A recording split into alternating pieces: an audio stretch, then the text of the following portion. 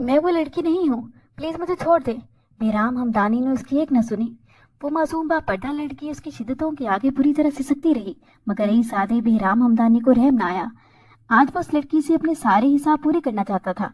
जब वो बेहोश हो गई तो उसने अपने मुलाजिम को हुक्म दिया कि इसे इसके बाप के घर फेंकाओ।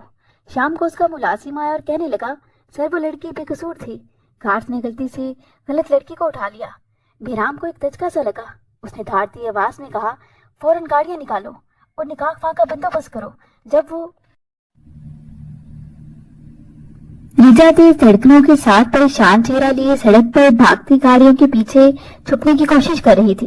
वो देखो, वो रही वो लड़की, यहाँ से जाने ना पाए। बेराम हमदानी के आदमी उसके पीछे लगे हुए थे। रिजा का सांस सुकड़ा पड़ा था, दिल जोर जोर से धक धक कर रहा था। रात की तारीखी में रिजा का दिल बोझल हुआ पड़ा था। अचानक उसे ठोकर लगी और वो वहीं गिर पड़ी, लेकिन उन आदमियों के करीब आने से पहले ही वो अपना आप संभालती दोबारा से भाग उठी थी। चंद लम्हों में ही वो उन आदमियों की नजर से ओझल हो चुकी थी। अरे यार, कहाँ गई वो लड़की? बेराम साहब तो हमें जान से मार देंगे। बेराम हमदानी के मुलाजिम उसके पास ऑफिस में उतरे हुए मुंह लेकर हाजिर हुए। वो गुस्से से कहने लगा, तुम लोगों से एक लड़की ना पकड़ी गई? दफा हो दो सब मेरी नजरों के सामने से। वो गुस्से से चिल्लाया तो सब मुलाजिम उसकी नजरों से ओझल हो गए। उसने गुस्से से टेबल पर जोर से हाथ मारा। शिट यार, कहाँ गई ये? उस लड़की को तो मैं नहीं छोड़ने वाला।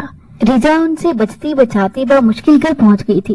वो जब अपने आलीशान घर में दाखिल हुई तो पूरी हवेली में से गुजरती हुई दीवान खाने में गई, जहां उनकी सरदारनी तख्त पर बैठी पान खा रही थी। इर्द गिर्द लड़कियां जो रक्स करने में मसरूफ थी, वो उन्हें नाचते देखकर मुस्कुरा रही थी। जब उसने रिजा को देखा तो कहने लगी, इधर आ मेरे पास। उधर क्यों खड़ी हुई है? और तेरी सांस क्यों फूली हुई है? क्या ऑफिस में कुछ हुआ है? रिजा कहने लगी, क्षमा भी, आज मैं ऑफिस में पकड़ी गई हूँ। उस बेराम हमदानी को सब कुछ पता चल गया था, लेकिन मैंने भी बड़ी चालाकी से कुछ रकम जो अपने नाम अकाउंट में भेज दी थी और एक दो प्रॉपर्टी भी अपने नाम करवा ली थी। बस अगर ऐन वक्त पर बेराम न आता तो और भी बहुत कुछ हमारे हाथ लग सकता था। क्षमा भी कहने लगी, अरे लड़की, तो बेराम को जानती नहीं, ये बहुत पहुंची हुई चीज है। बस अब अपनी जान बचाने के लिए इस कोठे से बाहर कदम नहीं रखना, और बेराम को भी पता ना लगे कि तू द वाइफ है। रिजा सर हिलाती वहां से चली गई थी। रिजा शुरू में काफी गरीब थी। पैसों के लालच में वो घर से भागकर क्षमा बी के पास आ गई थी, जो हर महीने किसी न किसी लड़की का सौदा किया करती थी। उन लड़कियों को पार्टियों में बेचकर खूब सारे पैसे वसूल किया करती थी। रिजा ने लालच में आकर अपनी गरीबी का ढोंग रचाकर बेराम हमदानी का ऑफिस ज्वाइन कर लिया था और अपनी चालाकी से उसकी बिजनेस पार्टनर तक बन चुकी थी। वो जानबूझकर ऑफिस में अबाया पहनकर आती थी ताकि कोई उसका चेहरा न देख सके। बेराम उसकी हकीकत नहीं जानता था। बेराम हमदानी अपने इलाके का एक अमीर कबीर इंसान था। वो सारे इलाके को अपनी ताकत से डराए रखता था, मगर आज रिजा जैसी लड़की की चालाकी के आगे हार चुका था। रिजा ने बहुत चालाकी से उसकी प्रॉपर्टीज अपने नाम करवाई और काफी बैंक बैलेंस भी अपने अकाउंट में ट्रांसफर करा लिया था। बेराम रात को घर चला जाया करता था। वो अपने माँ बाप का इकलौता बेटा था। उसके बाप का उसके बचपन में ही इंतकाल हो गया था, लेकिन बेराम की माँ ने उसे माँ और बाप दोनों का प्यार दिया था। बेराम अपनी माँ की खातिर पूरी दुनिया से लड़ सकता था और हर चीज से बढ़कर उनसे मोहब्बत करता था। बाप की वफात के बाद उसने दिन रात मेहनत करके कामयाबियां हासिल की थी। वो एक सुलझा हुआ इंसान होने के साथ साथ बावकार शख्सियत का मालिक भी था, लेकिन वो धोखा देने वालों को कभी माफ नहीं करता था। उस रात भी रिजा बेराम के घर जाने के बाद चुपके से ऑफिस में आई और इम्पोर्टेंट फाइल्स पर दस्तखत करके काफी कुछ हड़प कर चुकी थी। इत्तेफाक से बेराम अपना मोबाइल ऑफिस में ही भूल गया था। जब वो वापस ऑफिस में दाखिल हुआ तो रिजा को अपने कमरे में पाया। उसे रिजा पर शक तो हो चुका था। रिजा उसे देखते ही फौरन वहां से भाग निकली थी। उसके जाने के बाद बेराम ने एक एक करके सारी फाइल चेक की और बहुत जल्दी पता लगा चुका था कि रिजा ने बहुत ही चालाकी से उसे लूट लिया है। वो गुस्से से आग बगोला हो चुका था। वो रिजा का सही पता भी नहीं जानता था कि वो कहाँ रहती है, क्योंकि उसके सामने तो वो एक फ्लैट में ही रहा करती थी जहाँ वो अब मौजूद ना थी। इसलिए उसे ढूंढने के लिए उसने अपने आदमी पीछे लगा दिए थे। उसका दिमाग गुस्से से भरा पड़ा था। उसने अपनी पूरी जिंदगी में शुरू से ही कभी किसी को अपने ऊपर हावी नहीं होने दिया था, लेकिन रिजा ने उसका एतबार तोड़कर उसे शदीद धचका दिया था। वो उसे दुनिया के किसी भी कोने में ढूंढने के लिए तैयार था। वो भी ऑफिस में ही खड़ा था जब उसने अपने सारे मुलाजमों को बुलाया और मुट्ठियां बेचते कहने लगा, ये लड़की मेरे हाथों से बच नहीं सकती, किसी भी तरह उसे ढूंढो, मैं उसकी नस्लें तबाह कर दूंगा कि बेराम हमदानी के हाथ से निकलने वाली नहीं। दूसरी तरफ रिजा शमा भी के साथ बैठी अपनी जीत का जश्न मना रही थी। शमा भी कहने लगी, वाह लड़की, आज तक बेराम हमदानी को कोई भी धोखा नहीं दे सका, लेकिन तूने तो कमाल ही कर दिया। शाबाश मेरी बच्ची, बस इसी तरह काम करती रहे और शमा भी के हाथ में पैसा रखते रहना, इससे तुझे भी फायदा होगा और मुझे भी। रिजा एक निहायत खूबसूरत लड़की थी जिसका आज तक शमा भी ने सौदा नहीं किया था। वो तो बस उसकी खूबसूरती के जरिए से उसे प्रॉपर्टी में बेचकर पैसा वसूल करती थी। इतनी खूबसूरत लड़की का सौदा करके वो अपना अड्डा बंद नहीं करवाना चाहती थी। कर्जी कहना बजाना होगा कि रिजा की वजह से ही शमा भी का काम चल रहा था। बड़े बड़े बिजनेसमैन रिजा की खूबसूरती को देखकर कोठे पर आया करते थे। शमा भी अपना पान चपाती कहने लगी, मैं तुझे बार बार तलकीन करती हूँ कि लड़की, अब कुछ महीने बाहर नहीं जाना, बेराम हमदानी के आदमी तुम्हें ढूंढते ही होंगे।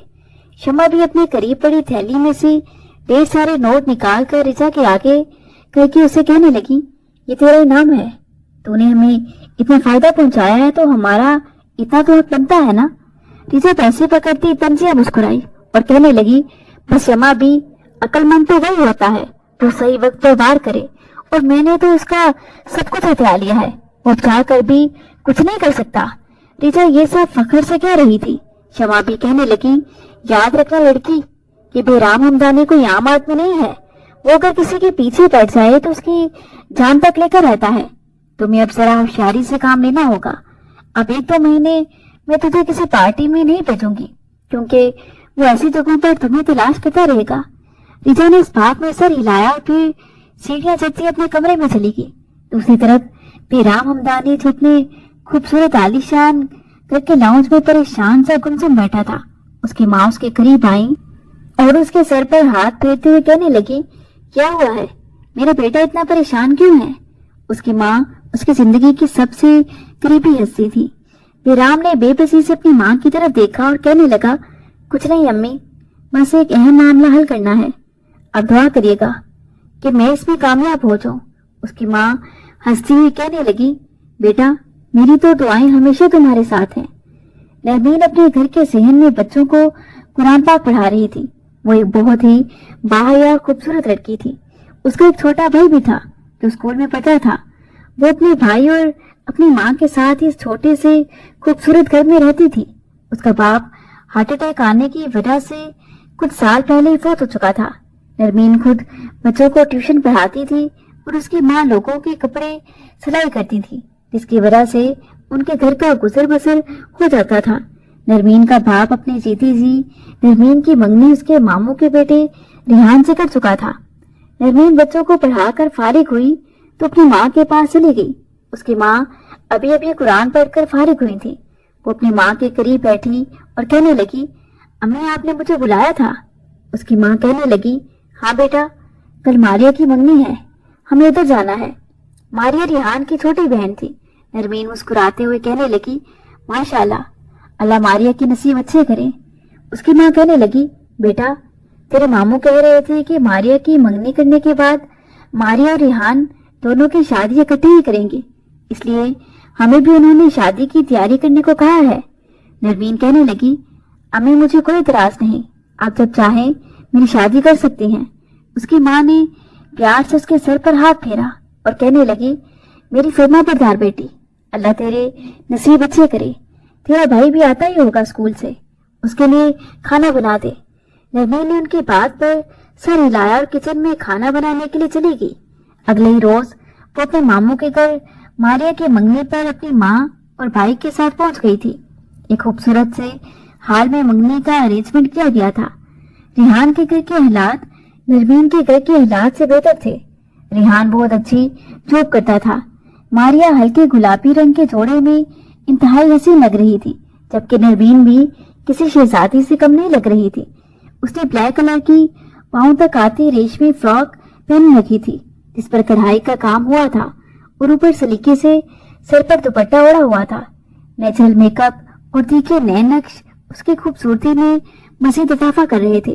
وہ ایک کونے میں کھڑی تھی جب ریحان اس کے قریب آیا اور کہنے لگا، ماشاءاللہ، میری ہونے والی دلہن تو بہت خوبصورت لگ رہی ہے، اور دیکھو تو آپ نے میرے ساتھ میچنگ بھی کی ہوئی ہے۔ ریحان بھی بلیک شلوار قمیض میں ملبوس تھا۔ نرمین ہلکا سا مسکرائی اور کہنے لگی، مجھے نہیں پتا تھا کہ آپ بھی بلیک ہی پہن رہے ہیں۔ ریحان کہنے لگا، محبت میں کچھ بھی پہلے سے پتا نہیں ہوتا، محبت میں تو اتفاق اور الہام ہوتے ہیں۔ نرمین کہنے لگی، میرے خیال سے تو آپ شاعری کر لیا کریں، لہجے سے ہی آپ سخت والے عاشق قسم کے انسان لگتے ہیں۔ اس کی بات سن کر ریحان مسکراتے ہوئے کہنے لگا، ہم تو آپ کے عاشق ہیں، آپ کے عشق میں ہمیں شاعری بھی کرنی پڑی تو وہ بھی منظور ہے۔ نرمین اور ریحان ایک دوسرے سے بہت محبت کرتے تھے اور ان کے گھر میں کوئی سخت قسم کی روک ٹوک بھی نہیں تھی، لیکن ہر کوئی اپنے حد میں رہ کر زندگی گزارتا تھا۔ ماریا کی منگنی کی تقریب اختتام پذیر ہو چکی تھی۔ نرمین اپنی ماں کے ساتھ ہال سے باہر نکل آئی تھی۔ ریحان انہیں رخصت کرنے آیا تھا جب وہ کہنے لگا، پھپھو آپ اس گاڑی میں بیٹھ جائیں، ڈرائیور آپ کو چھوڑ آئے گا۔ نرمین کی ماں کہنے لگی، بیٹا اتنی زحمت کرنے کی کیا ضرورت ہے، ہم ٹیکسی پر چلے جائیں گے۔ ریحان کہنے لگا، نہیں پھپھو، میرے ہوتے ہوئے آپ ٹیکسی پر جائیں، یہ میری ساتھ کو گوارا نہیں، میں بس ابو کے ساتھ حال کے انتظامات دیکھ لوں، آپ لوگ ڈرائیور کے ساتھ چلے جائیں۔ اس کی ماں مسکراتے ہوئے اپنے بیٹے کو لے کر گاڑی میں بیٹھ چکی تھی، جبکہ نرمین بھی بیٹھنے ہی لگی تھی کہ تبھی ریحان نے اس کے دوپٹے کا پلو پکڑا اور مسکراتے ہوئے کہنے لگا، اسے سنبھالو، یہ تو ایسے ہوا میں اڑ رہا ہے جیسے تمہارے دل کی دھڑکنیں اڑتی ہیں جب میں تمہارے قریب آتا ہوں۔ نرمین ہلکا سا شرما کر بولی، بس کریں، آپ کی تو یہ جنونی باتیں ختم ہی نہیں ہوتی، سب دیکھ رہے ہیں، آپ اندر چلے جائیے۔ ریحان کہنے لگا، ارے پاگل لڑکی، محبت میں سب جائز ہوتا ہے، بے شک دنیا دیکھتی رہے۔ نرمین نے اسے گھور کر دیکھا اور ریحان ہنستا ہوا وہاں سے چلا گیا۔ نرمین بھی اللہ کا شکر ادا کرتے ہوئے گاڑی میں بیٹھ چکی تھی۔ ان لمحوں میں ان دونوں کی خوشیوں کا کوئی ٹھکانہ نہیں تھا۔ دوسری طرف بہرام اپنے آفس میں آنکھ بکولا ہوا بیٹھا تھا، وہ اپنی بے بسی پر ماتم کر رہا تھا۔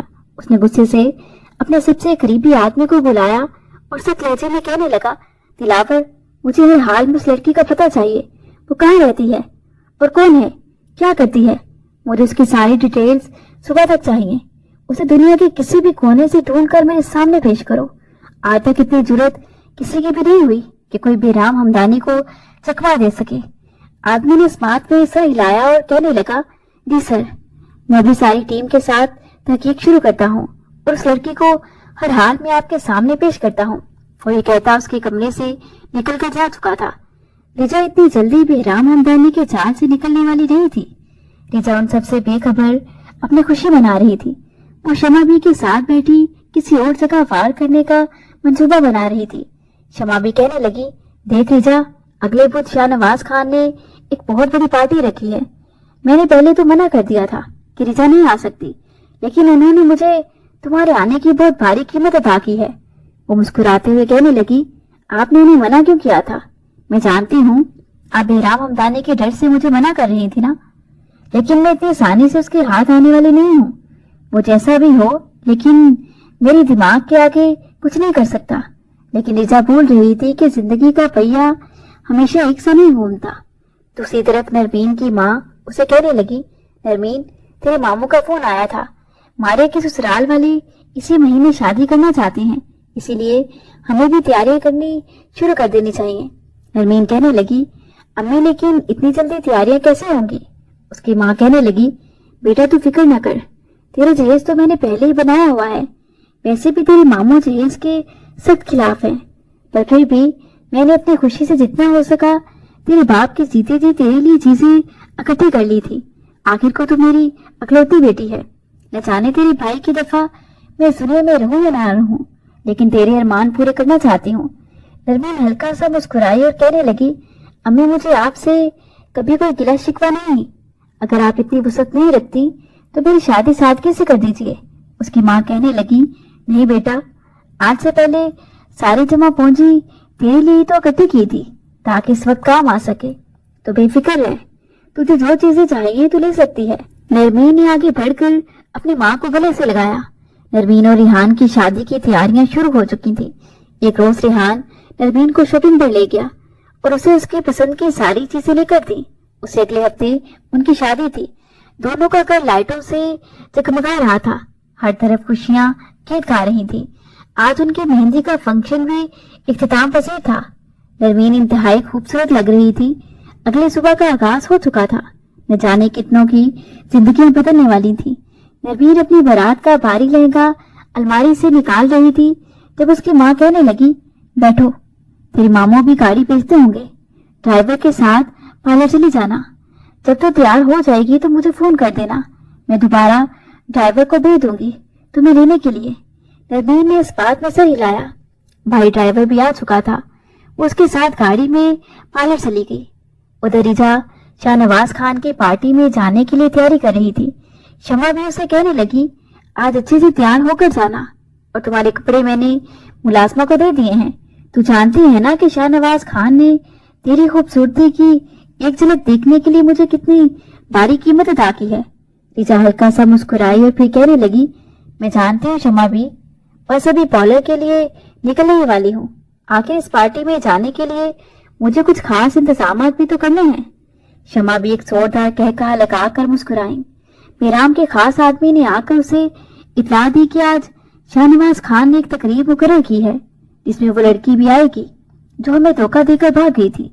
बेराम हमदानी की जैसे रूह को तस्कीन मिली थी। वो फौरन उठकर खड़ा हुआ और कहने लगा, फौरन गार्ड्स को कहो वो लड़की जहां भी है उसे उठाकर लाओ, और हाँ याद रखना, उस लड़की को ऑफिस में नहीं बल्कि मेरे घर लेकर आना है। मैं भी घर ही जा रहा हूँ। तभी उसका खास आदमी कहने लगा, सर आपको नहीं लगता उस लड़की को घर ले जाना ठीक नहीं? मतलब आपकी फैमिली क्या समझेगी? बेराम कहने लगा, बेफिक्र रहो, उस लड़की से जाने कितने दिनों से मेरे सीने में इंतकाम की आग भड़क रही है, और अगर रात वो मुझे मिल गई तो मैं सारी कसर पूरी करूंगा। तुम बस मेरे घर के दूसरे दरवाजे से उस लड़की को अंदर ले जाना, बाकी मैं जाना और मेरा काम जाने। वो आदमी सारे गार्ड्स के साथ बाहर निकल गया। कुछ ही लम्हों में उन्होंने पता लगा लिया था कि रिजा कौन से पार्लर गई हुई है। वो शहर का सबसे महंगा तरीन पार्लर था जहाँ रिहान ने नरमीन को भी तैयार करने को भेजा हुआ था। उसे भी पार्लर में आए थोड़ी ही देर हुई थी कि तोड़ फोड़ की आवाजें आने लगी। नरमीन ने एकदम से ये मंजर देखकर जैसे अपने होशो आवाज को बैठी। वो डरती सी सकती इधर उधर देखने लगी। इधर रिजा को भी पता चल चुका था कि वो लोग यही पार्लर में आ चुके हैं। एकदम से उसकी भी होशो आवाज खोकर रह गए थे। रिजा कमाल होशियारी दिखाती पार्लर के वॉशरूम में छुप गई थी। बेराम के गार्ड्स अंदर आकर डांटते हुए कहने लगे, कहाँ है वो लड़की? उनकी नजर सामने बैठी नरमीन पर पड़ी जो तैयार होने के लिए कुर्सी पर बैठी हुई थी। उसने तो अभी तक अबाया ही पहना हुआ था और चेहरे पर भी निकाब था। रिजा जानती थी कि ऑफिस में आज तक किसी ने उसका चेहरा नहीं देखा, इसीलिए उसे ढूंढना उन सबके लिए इतना आसान नहीं था। उन्होंने नरमीन को अबाया में देखा तो उसे बाजू से पकड़ते घसीटते गाड़ी में बिठा कर ले जा चुके थे। नरमीन चीखती रही, चिल्लाती रही, लेकिन उन्होंने इसकी एक न सुनी। उन्हें तो ऐसा लग रहा था कि यही रिजा है। उधर रिजा थोड़ी देर बाद वॉशरूम से निकली और तनसिया मुस्कुराहट लिए कुर्सी पर दोबारा बैठ गई। आज कसूरवार की जीत हुई थी, जबकि नरमीन जैसी बेकसूर लड़की की जिंदगी तबाह होने जा रही थी। वो मुसलसल चीखती रही, चलाती रही, लेकिन गाड़ियों के शोर में उसकी आवाज दबसी गई थी। इधर रिजा तैयार होकर पार्टी में पहुंच चुकी थी, जहां वो अपना जिस्म नुमाया करके शाहनवाज और बाकी मर्दों को अपनी तरफ मुतवज्जा कर रही थी। देखकर लड़कियां भी बरहना कपड़े पहने डांस करने में मसरूफ थीं। रात के 10 बज रहे थे। हर तरफ अंधेरा छाया हुआ था। बेराम हमदानी अपने लॉन में इंतकाम की आग लिए इधर उधर टहल रहा था। गाड़ी में बैठी नरमीन का दिल धड़क रहा था। आंखें आंसुओं से भरी पड़ी थी। अंधेरी रात की खामोशी में तेजी से गाड़ी बेराम हमदानी की हवेली में दाखिल हुई। गार्ड ने आकर बेराम हमदानी को इतला दी कि लड़की हाजिर है और क्या हम उसे यहाँ ले आए। बेराम हमदानी तनसे मुस्कुराया और कहने लगा, उसे सर्वेंट क्वार्टर में ले जाओ और मैं भी वहीं आ रहा हूँ। वो पैर पटकता हुआ सर्वेंट क्वार्टर चला गया। सबके गार्ड्स ने नरमीन को गाड़ी से बाहर निकाला। उसके हॉर्न कपकपा रहे थे। दिल धक धक कर रहा था। बार बार वो कह रही थी कि मैं वो लड़की नहीं हूँ, मगर कोई भी उस मजबूर और बेबस लड़की की बात सुनने को तैयार ही नहीं था। कोई भी उसकी फरियादों पर कान नहीं धर रहा था। वो उसे सर्वेंट क्वार्टर ले जा चुके थे और फिर वहां का दरवाजा बंद करके जा चुके थे। नरमीन ने इधर उधर देखा। बेराम हमदानी चेहरे पर ताकत का नशा और इंतकाम की आग लिए कुर्सी पर बैठा हुआ था। वो मुस्कुराते हुए कहने लगा, ओह, तो तुम्हें भी पर्दा करने की जरूरत है। तुम जैसी धोखेबाज लड़कियां तो न जाने कितने मर्दों को लूटती हैं, कितनों को धोखा देकर निकल जाती हैं। नरमीन अपने कपकपाते होंठों से कहने लगी, मेरा यकीन कीजिए, मैं वो लड़की नहीं हूँ। लेकिन उसकी फरियाद बेराम हमदानी के कानों में पहुंचने के बावजूद भी उसके दिल तक नहीं पहुंची थी। वो गुस्से से खड़ा हुआ और फिर आगे बढ़कर उसके चेहरे का निकाब खींचकर जमीन पर फेंक दिया। उसकी खूबसूरती देखते हुए वो एकदम ढटक सा गया था। न जाने कि उसका दिल मानने को तैयार नहीं था कि इस लड़की ने उसे धोखा दिया होगा। वो कहने लगा, शर्म आनी चाहिए तुम्हें। खुदा ने तुम्हें इतनी खूबसूरती दी है, इतना मुनव्वर चेहरा दिया है, लेकिन ऐसी हरकतें तुम्हें सेब नहीं देती। वो हाथ छोड़कर कहने लगी, मैं वो लड़की नहीं हूँ, मेरा यकीन कीजिए। उसकी आवाज बेराम ने उसके मुंह में ही रोक दी। वो बुरी तरह सिसकती रही, उसकी सख्तियों से बचती रही, लेकिन बेराम हमदानी को उस पर तरस न आया। आज उसने अपना सारा गुस्सा उस बेबस लड़की पर उतारा था। अपनी लज्जत पूरी करने के बाद उसने चंद घंटों बाद मुलाजिम को बुलाया और कहने लगा, इस लड़की को इसके माँ बाप के घर छोड़ दो, इसके लिए इतनी ही सजा काफी है। नरमीन बेकसूर होकर भी आज अपनी जिंदगी की बर्बादी का निशाना बन गई थी। वो सिसकियां लेकर रो रही थी। उसका बाया तो वो कब से उसके तन से जुदा कर चुका था। वो अपने कपड़ों को मुट्ठी में बेचे कोने में बैठी रो रही थी। अभी गार्ड उसे पकड़कर लेकर जाते कि तभी बेहराम का एक आदमी खौफजदा से उसके पास आया और कहने लगा, सर ये लड़की बेकसूर है, मैंने पता करवाया है। गार्ड किसी और लड़की को उठा लाए हैं। बेराम को लगा जैसे वो सांस ही नहीं ले सकेगा। उसकी सांसें थम गईं, दिल बहाल नहीं था। क्या उसने इतना बड़ा गुनाह किसी बेबस लड़की के साथ कर दिया था? उसने एक नजर रोती हुई नरमीन पर डाली। न जाने वो अपने गुनाह का खमियाजा कैसे अदा करता। नरमीन अभी भी लाचारों की तरह रो रही थी। बेराम हमदानी कांपती हुई आवाज में कहने लगा, अभी निकाह ख्वाह का बंदोबस्त करो, मैं अभी इस लड़की से निकाह करूंगा। तुम लोगों की गलती मेरे लिए बहुत भारी पड़ गई है। वो घुटनों के बल जमीन पर गिर चुका था। उसके खास आदमी ने आगे बढ़कर उसके कंधे पर हाथ रखा, मगर उसने एक झटके से उसका हाथ पीछे कर दिया। फिर कहने लगा, सब लोग अभी के अभी यहाँ से दफा हो जाओ। जानते भी हो तुम लोगों ने मेरा कितना बड़ा नुकसान कर दिया है। वो नरमीन के पास गया और बेबसी से कहने लगा, तुम कौन हो और तुमने मुझे पहले क्यों नहीं बताया कि तुम वो लड़की नहीं हो?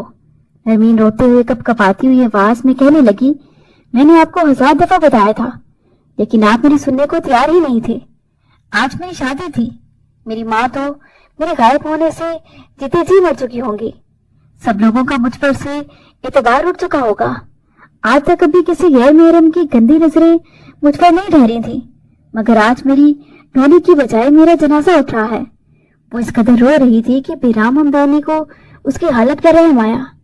उसके कुछ ही देर बाद निकाह ख्वाह भी वहां आ गया था। बेराम हमदानी कहने लगा, देखो मैं अपनी सारी गलतियों का खमियाजा अदा करूंगा, प्लीज तुम मुझसे निकाह कर लो, बस एक दफा मुझे माफ कर दो। नरमीन चीखती हुई आवाज में कहने लगी, मैं तुम जैसे इंसान से निकाह क्यों करूं?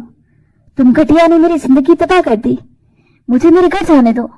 कुछ ही देर बाद मौलवी साहब बेराम हमदानी के करीब आए और कहने लगे, देखिए आप जबरदस्ती निकाह नहीं कर सकते। इस्लाम में जबरदस्ती का निकाह जायज नहीं है। अगर ये लड़की नहीं राजी तो उसे जाने दीजिए, वरना आपको इसकी सजा भी मिल सकती है। शोर की आवाज पर बेराम की माँ भी आ चुकी थी। उसकी माँ ने जब नीचे सर्वेंट क्वार्टर का माहौल देखा तो उनके पैरों तले से जमीन निकल गई। वो हैरानगी से बेटी को देखने लगी, ये सब कुछ क्या है और ये लड़की कौन है और ये ऐसे रो क्यों रही है? बेराम हमदानी कहने लगा, अम्मी आप ऊपर जाइए, मैं आपको सब कुछ बता दूंगा। उसकी माँ सुर्ख आंखों से कहने लगी, बेराम मेरा दिल फट रहा है इस लड़की को रोता देखकर। तुझे मेरी कसम मुझे सब कुछ सच बता।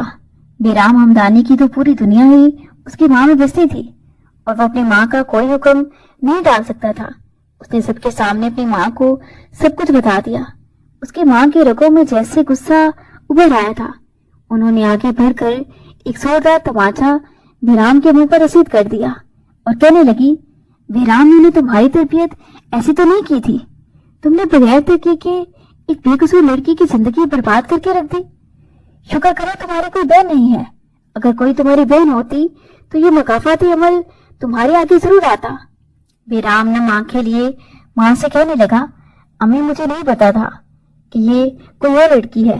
اس کی ماں گمبھیر آواز میں بولی، چاہے کوئی بھی لڑکی ہوتی، چاہے قصوروار ہی کیوں نہ ہوتی، لیکن اتنا بڑا گناہ تمہیں زیب نہیں دیتا تھا۔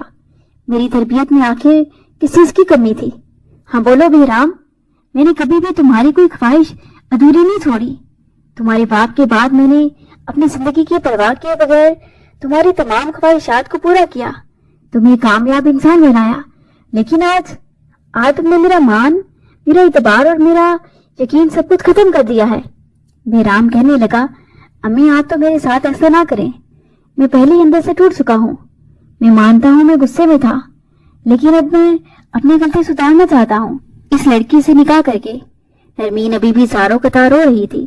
بہرام کی ماں کہنے لگی، جب تک یہ لڑکی خود راضی نہیں ہوتی تم اسے نکاح نہیں کر سکتے۔ تمہیں میری قسم ہے، اس لڑکی کو آزاد کر دو اور اسے فوراً جانے دو یہاں سے، اور ہاں، خدا کے قہر سے معافی طلب کرتے رہنا۔ تم نے ایک بے قصور کو سزا دی ہے، اللہ کی پکڑ بہت سخت ہے۔ ماں کے کہنے پر بہرام نے نرمین کو گارڈز کے ساتھ اس کے گھر بھجوا دیا۔ نرمین جب اپنے گھر آئی تو گھر کا منظر دیکھ کر ہکی بکی رہ گئی۔ سب مہمان اور گلی محلے والے ان کے گھر موجود تھے۔ نرمین کی ماں بے بسی سے روتی ہوئی چارپائی پر بیٹھی تھی۔ نرمین کے لڑکھڑاتے ہوئے قریب آنے پر اس کی ماں نے آگے بڑھ کر اسے گلے سے لگا لیا اور کہنے لگی، کہاں چلی گئی تھی؟ تو جانتی بھی ہے مجھ پر کیا قیامت گزری۔ تیرے ماموں نے تیری پولیس میں رپورٹ درج کروا دی تھی، سب تجھے ڈھونڈنے میں لگے تھے، آگے ہوا کیا ہے تجھے؟ نرمین نے روتے ہوئے ایک نظر سب محلے والوں پر ڈالی اور کہنے لگی، آپ لوگ یہاں سے جا سکتے ہیں، اب میں اپنی ماں کے پاس واپس آ گئی ہوں، کچھ بھی نہیں ہوا تھا مجھے۔ پورا گھر خالی ہو چکا تھا، جبکہ ریحان کے گھر والے تھوڑی ہی دیر میں نرمین کے پتہ لگنے پر نرمین کے گھر آگے تھے۔ نرمین ان سب سے اصلیت چھپانا نہیں چاہتی تھی، اسی لیے اس نے روتے ہوئے ساری بات اپنی ماں اور ریحان کے گھر والوں کو بتا دی۔ ریحان وہاں گمسم سا کھڑا تھا، جبکہ نرمین زاروں قطار رو رہی تھی اور اپنی کہانی سنا رہی تھی۔ نرمین نے روتے ہوئے ماں سے کہا، امی، اس میں میری کوئی غلطی نہیں، اس لڑکی کو غلط فہمی ہوئی تھی، وہ کسی اور کی جگہ مجھے اٹھا کر لے گئے تھے اور پھر میری عزت تار تار کر دی۔ یہ سن کر اس کی ماں نے منہ پر ہاتھ رکھ لیا، جبکہ ریحان سرخ آنکھوں سے نرمین کو دیکھنے لگا جیسے اندر سے چکنا چور ہو گیا ہو۔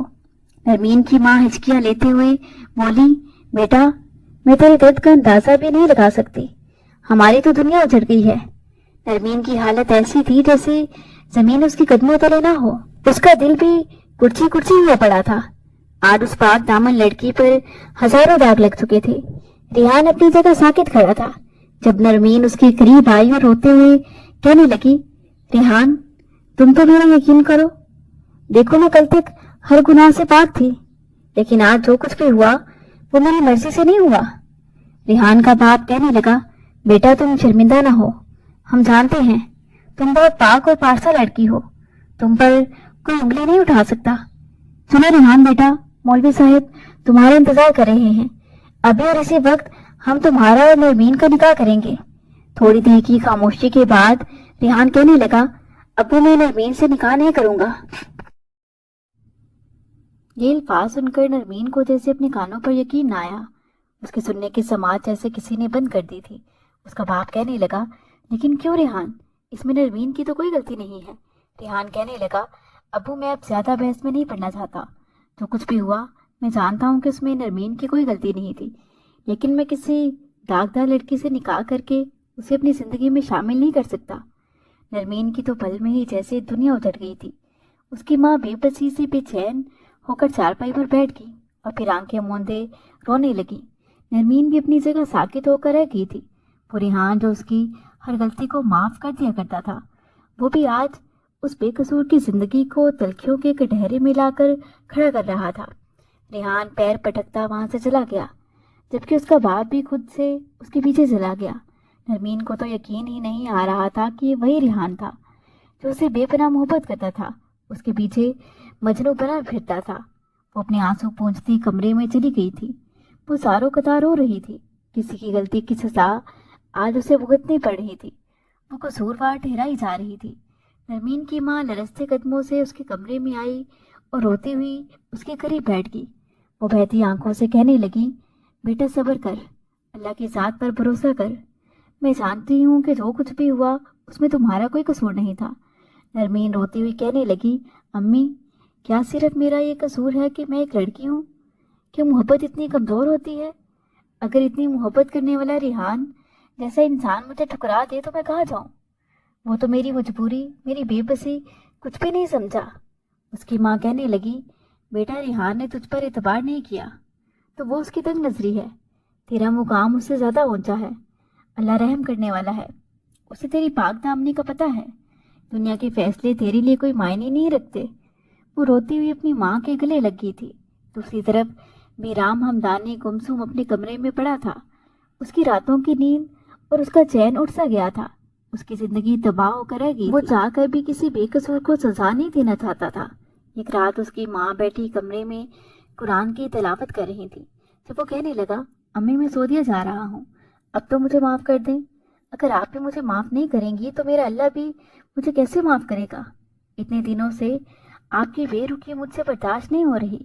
یہ گھر مجھے کاٹنے کو دوڑ رہا ہے، میرا بس چلے تو کہیں جا کر مر جاؤں۔ اس کی ماں قرآن پاک کو سائڈ ٹیبل پر رکھ کر کہنے لگی، بیٹا تو نے اس بے گناہ لڑکی کو مارا ہے، اس کے ماں باپ پر کیا گزری ہوگی؟ نہ جانے اس کی شادی ہوئی بھی ہوگی یا وہ تیرے لگے داغوں پر دنیا کے طنز برداشت کر رہی ہوگی۔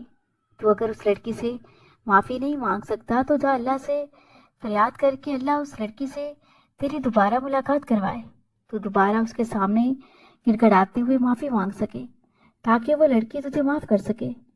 وہ کہنے لگا، امی میں اللہ کو منانے جا رہا ہوں، آپ دعا کریے گا کہ میں اپنے مقصد میں کامیاب ہو سکوں۔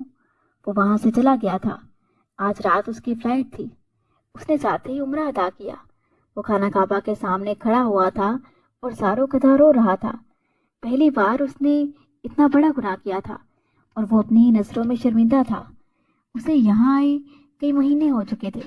ویسے تو وہ یہاں 21 دنوں کے لیے عمرہ کرنے آیا تھا، لیکن ابھی بھی اسے لگتا تھا کہ اس کے گناہ کا خمیازہ ادا نہیں ہوا۔ وہ گناہ اتنا بڑا تھا کہ اس نے کئی مہینے وہاں گزار دیے۔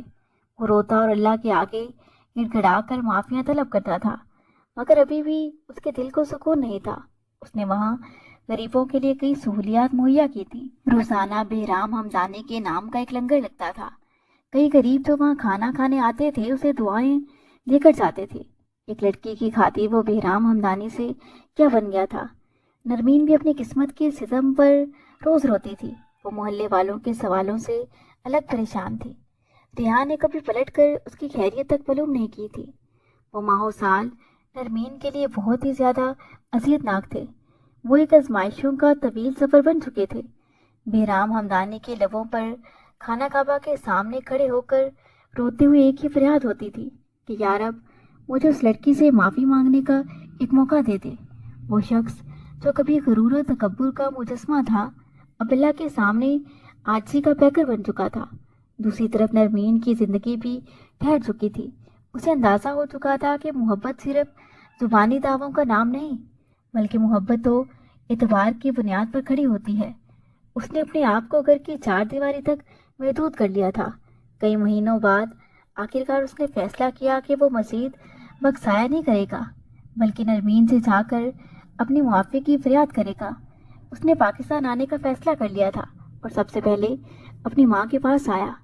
اس کے جانے کے بعد سے وہ بیمار سی رہنے لگ گئی تھیں، لیکن ان کے دل میں ناراضگی اس قدر تھی کہ انہوں نے اتنے مہینے بیٹے سے رابطہ نہیں رکھا تھا۔ بہرام ہمدانی اپنی ماں کے سامنے حاضر ہوا۔ اس کے چہرے پر داڑھی سجی ہوئی تھی۔ اب وہ پہلے والا بہرام نہیں لگ رہا تھا، بلکہ اپنی زندگی کی غلطیوں سے سیکھنے کے بعد ایک سلجھا ہوا اور ایک نیک انسان بن کر حاضر ہوا تھا۔ اس کی ماں کو اس کا یہ حلیہ بہت دلکش لگا۔ انہوں نے خوشی سے اپنے بیٹے کے سر پر ہاتھ پھیرا اور کہنے لگی، इंसान गुनाह तो कर लेता है, लेकिन अगर उसे अपने गुनाह का एहसास हो जाए तो एक पत्थर सा इंसान भी पिघल ही जाता है। बेटा, अल्लाह की मोहब्बत बड़ी प्यारी चीज है। शायद इसमें कोई ना कोई मसलियत थी। देखो तो, उस गुनाह के बाद तुम अल्लाह के करीब हो गए हो। मेरे लाख कहने पर भी तुमने कभी नमाज नहीं पढ़ी, लेकिन आज तो पूरा का पूरा इस्लाम का पैकर बनकर मेरे सामने पेश हुए हो। मुझे तुझसे सारे के लिए शिकवे खत्म हो गए हैं। मीराम ने भी रोती माँ को गले लगा लिया और कहने लगा, अम्मी, मैं तो जैसा आप चाहती थी वैसा बन गया, लेकिन जिस लड़की की इज्जत मेरी वजह से खराब हुई, मैं उससे मिलना चाहता हूँ, उसे माफ़ी मांगना चाहता हूँ। पता नहीं वो मुझे माफ़ भी करेगी कि नहीं। उसकी माँ कहने लगी, नहीं बेटा, वो लड़की तुझे ज़रूर माफ़ करेगी। तूने उससे माफ़ी मांगने की फरियाद लोगों के सामने नहीं की, बल्कि अल्लाह से की थी। लोग तो फिर भी धिक्कार देते हैं, लेकिन अल्लाह तुझे ज़रूर उससे माफ़ी मांगने का मौका देगा। नरमीन नमाज पढ़कर अभी फारिग हुई थी कि उनके घर का दरवाज़ा बजने लगा। उसकी माँ ने आगे बढ़कर दरवाज़ा खोला तो सामने बेहराम और उसकी माँ खड़े हुए थे। बेहराम को देखकर नरमीन जैसे साकित होकर रह गई थी। उसकी माँ कहने लगी, जी आप कौन? बेहराम और उसकी माँ अंदर दाखिल हुए। बेहराम की माँ ने सारी सच्चाई नरमीन की माँ को बताई। नरमीन की माँ सख्त लहजे में कहने लगी, देखिए बहन जी, आप मेरे लिए बहुत मोहतरम हैं, लेकिन आपकी बेटी ने मेरी बेटी की जिंदगी बर्बाद कर दी। प्लीज आप लोग यहाँ से जा सकते हैं। नरमीन जो अपनी जगह मुजस्मा बनी खड़ी थी, आगे बढ़कर कहने लगी, तुम्हारा ये हुलिया देखकर मुझे बहुत हैरत हुई। तुम क्या थे और क्या बन गए? लेकिन तुम जैसे इरादे से आए हो, वही इरादा तुम चंद साल पहले मेरी इज्जत बर्बाद करते हुए रख लेते तो आज हम सब हंसी खुशी जिंदगी गुजार रहे होते। तुम्हें पता है, बगैर तहकीक के बात को बढ़ाने वाले पर सख्त किस्म का गुनाह सुनाया गया है, और तुमने तो न जाने किसकी सजा मुझे दी थी। वो रोती हुई एक लम्हे हल्का सा मुस्कुराई और कहने लगी, ये देखो, मेरे जिस्म पर तुम्हारी दी हुई निशानियां अभी भी मौजूद हैं। तुम्हारी वजह से मुझे शादी वाले रोज इनकार हो गया और आज तक दोबारा मेरी शादी नहीं हो सकी। वो इस कदर मासूम और दुख भरे लहजे में कह रही थी कि वहां खड़े सबकी आंखें भीग गईं। वो हाथ जोड़कर कहने लगा, मुझे माफ कर दो, मैं गुस्से में था, मैं बहक गया था, लेकिन मेरा यकीन करो, अब मैं वैसा बिल्कुल भी नहीं रहा। मेरे गुनाह ने मुझे मेरी जिंदगी का सबसे बड़ा सबक सिखा दिया है, जिसे मैं चाहकर भी नहीं सीख सकता था। बेराम की माँ कहने लगी, बेटा, क्या तुम मेरी बहू बनोगी? नरमीन कहने लगी, आंटी, आप चाहती हैं कि आपके जिस बेटे ने मेरी जिंदगी तबाह कर डाली, मैं उसी की जिंदगी बन जाऊं? बेराम की माँ कहने लगी, बेटा, मैं ये हरगिज़ नहीं चाहती, लेकिन अगर मेरे बेटे ने तुम्हारी इज्जत तबाह की तो वो तुम्हें अपनी इज्जत बनाकर सुरखरू होना चाहता है। उसने नरमीन को देखा और नजरें झुका गया, जैसे उसके दिल को सुकून मिल गया हो। नरमीन की वालिदा नरमीन के करीब आई और कहने लगी, बेटा, सब तेरे सामने है। अगर उनके बेटे को अपनी गलती का एहसास हो गया है तो इसमें तुझे खुश होना चाहिए। बेटा देख, 3 दफ़ा माफ़ी मांगने से तो अल्लाह भी माफ़ कर देता है, और हमारी उस पाक परवरदिगार के सामने क्या मजाल है बेटा, माफ़ कर दे से। नरमीन को कुछ समझ ना आ रहा था। उसकी माँ अपनी बात जारी रखे हुए थी, बेटा, अगर तुझे अभी भी रिहान जैसे लड़के की तलाश है तो गलत है। रिहान की मोहब्बत इतनी सच्ची होती तो वो तुझे हर हाल में कबूल करता। मोहब्बत में ये नहीं देखा जाता कि उसकी गलती कितनी बड़ी है, बल्कि मोहब्बत में महबूब को हर हाल में कबूल करना होता है। वो इतना ही सच्चा होता तो तुझे इस दागदार जिंदगी में भी अपना लेता, लेकिन बेटा, वो तो तुझे बीच रास्ते पर तेरे सुने बगैर ही छोड़कर चला गया। और देख, वो तो अपनी जिंदगी में खुश है, लेकिन तुम किसकी तलाश में बैठी हो? बेराम कहने लगा, नरमीन, अगर तुम मुझसे शादी नहीं करना चाहती तो भी ठीक है, और मैं तुम्हारी हर सज़ा भुगतने के लिए तैयार हूँ। तुम मुझे जो सज़ा दोगी मुझे वो कबूल है। नरमीन के बोलने से पहले ही नरमीन की माँ कहने लगी, बेटा, मुझे उम्मीद है कि मैं अपनी बेटी को समझा लूँगी, मैं जल्दी आपको फैसला सुना दूँगी।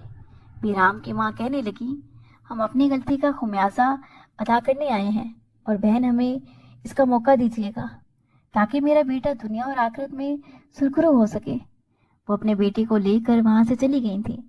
उनके जाने के बाद नरमीन की माँ कहने लगी, बेटा मान जा, तू जानती तो है कि अब तुझसे शादी करने को कोई भी तैयार नहीं, और अगर उन्हें اپنی غلطی کا احساس ہے تو معاف کر دے۔ اس کی امی اپنے کمرے میں چلی گئیں اور وہ زاروں قطار رونے لگی، لیکن اب اس کے دل میں اطمینان تھا کہ اس کے مجرم کو اپنی غلطی کا احساس ہو گیا تھا۔ بہرام ہمدانی کے دکھ بھرے جملے اس کے کانوں میں اب تک گونج رہے تھے۔ اس کا شرمندگی اور ندامت سے بھرا چہرہ ابھی بھی نرمین کے سامنے واضح تھا۔ کمرے میں ہلکی ہلکی سی ٹھنڈک تھی۔ نرمین نے اپنی ماں کے قریب بیٹھتے پرسکون لہجے میں کہا، امی میں نے فیصلہ کر لیا ہے۔ اس کی ماں نے سوالیہ نگاہوں سے اس کی طرف دیکھا تو وہ کہنے لگی، امی میں بہرام کو معاف کرنے کے لیے تیار ہوں۔ جو ہوا وہ میرا دردناک ماضی تھا، لیکن میں چاہتی ہوں کہ میں اب اپنی زندگی کو نفرت کی بجائے سکون سے جیوں۔ آپ انہیں شادی کے لیے ہاں کر دیجیے۔ اس کی ماں کی آنکھیں خوشی سے باہر آئی تھیں۔ انہوں نے نرمین کو گلے لگا لیا۔ چند روز بعد بہرام اور اس کی ماں ان کے گھر میں موجود تھے۔ نرمین کی ماں کہنے لگی، بیٹا، نرمین نے فیصلہ کیا ہے کہ وہ تم سے شادی کرنے کو تیار ہے۔ یہ سن کر بہرام کی آنکھیں آنسوؤں سے چھلک پڑی۔ وہ نرمین کے سامنے ہاتھ جوڑ کر کہنے لگا، میں وعدہ کرتا ہوں کہ میں اپنی باقی کی زندگی میں تمہیں ہر خوشی دے سکوں۔ انتظار کی گھڑیاں ختم ہو گئی تھیں۔ دونوں کی شادی کر دی گئی تھی۔ نرمین کے کہنے پر شادی بالکل سادگی سے ہوئی تھی۔ دونوں انتہائی خوبصورت زندگی جی رہے تھے۔ سال بعد شمع بی کے کوٹھے پر پولیس کا چھاپا پڑا اور ایجا سمیت سب عورتوں کو حوالات میں ڈال دیا گیا۔